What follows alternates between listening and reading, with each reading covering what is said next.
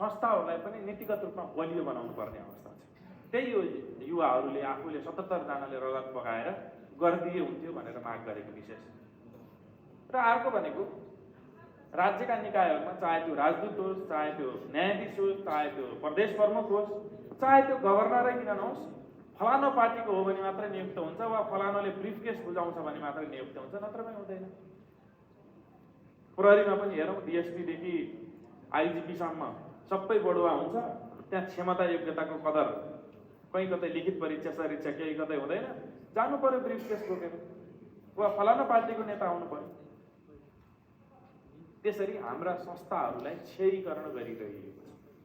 त्यही भएर अब हामीले राज्यका सबै निकायहरूमा अब भोलिका दिनमा कसैलाई कतै नियुक्त गर्दै गर्दा, राजदूत नियुक्त गर्दै गर्दा होस् वा प्रदेश प्रमुख नियुक्ति गर्दै गर्दा होस्, हामीलाई यो छुट छैन कि तिमी राष्ट्रिय स्वतन्त्र पार्टीका शुभेच्छुक हौ कि होइन भनेर हामीले सोध्न पाउँदैन।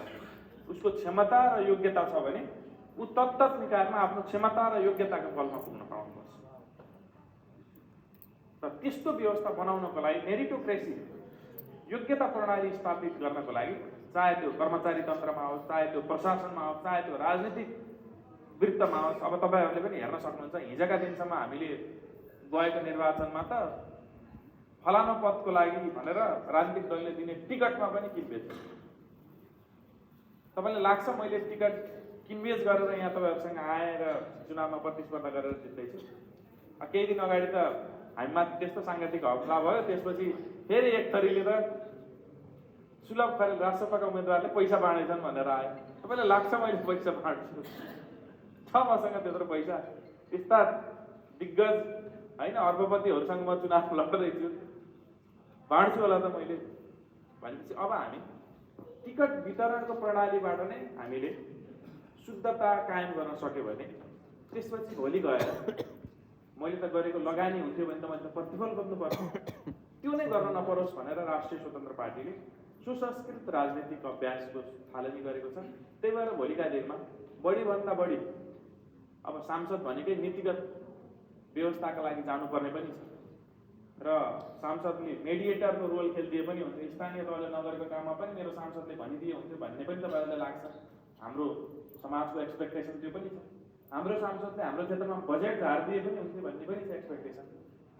ती लगायतका यावत कुराहरू सांसदले गरिदियोस् भनेर अपेक्षा पनि हुन्छ, नीति नियम बनाउने बाहेकको कुरामा पनि। र भोलिका दिनमा यदि सरकारमा गइएछ भने थप जिम्मेवार भएर जनताले चाहे बमोजिमको, आफ्नो क्षेत्रले चाहे बमोजिमको र देशले चाहे बमोजिमको काम त अवश्य नै मैले गर्नेछु। तर यदि सरकारमा जान सकिएन भने परिस्थिति यस्तो निर्माण भएको छ कि सरकार पनि राष्ट्रिय स्वतन्त्र पार्टीले बनाउनु पर्नेछ, प्रतिपक्ष पनि स्वयं राष्ट्रिय स्वतन्त्र पार्टी बन्नुपर्ने अवस्था।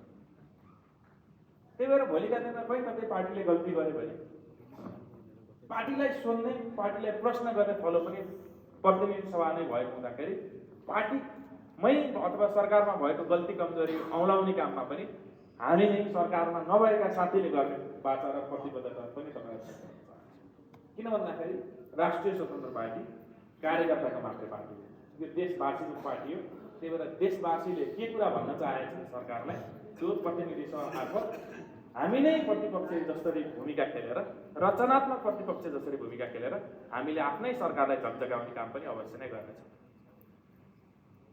र त्यस पश्चात हामी भ्रष्टाचारलाई नियन्त्रण गर्न सक्यौँ र क्षमता र योग्य र विज्ञ व्यक्तिहरूलाई हामीले योग्यता क्रमका आधारमा तत्त निकायहरूमा नियुक्ति गर्न सक्यौँ र त्यस पश्चात देशमा लगानीको वातावरण, जब भ्रष्टाचारै हुँदैन, कोही मान्छेले एउटा कम्पनी खोल्न पनि दुःख पाउनु पर्दैन, राज्यका निकायहरूबाट स्वीकृति लिन पनि दुःख पाउनु पर्दैन। हेर्नुहोस्, म त अहिले पछिल्लो चरणमा चुनावी माहौलमा मैले धेरै व्यापारी उद्योगीहरूसँग भेटेँ। ठुल्ठुलै व्यापारी उद्योगीहरूसँग भेट्दै गर्दा पनि हामीले कति सहयोग गऱ्यौँ पुराना राजनीतिक दललाई, उम्मेदवारलाई, तर पनि हामीले कहिल्यै लगानीको वातावरण चाहिँ कहिल्यै हामीले सोचे जस्तो पाएनौँ भनेर पनि उहाँहरू पक्कै भनिरहनुहुन्छ। त्यो सुन्दै गर्दा कता कता होइन साह्रै दुःख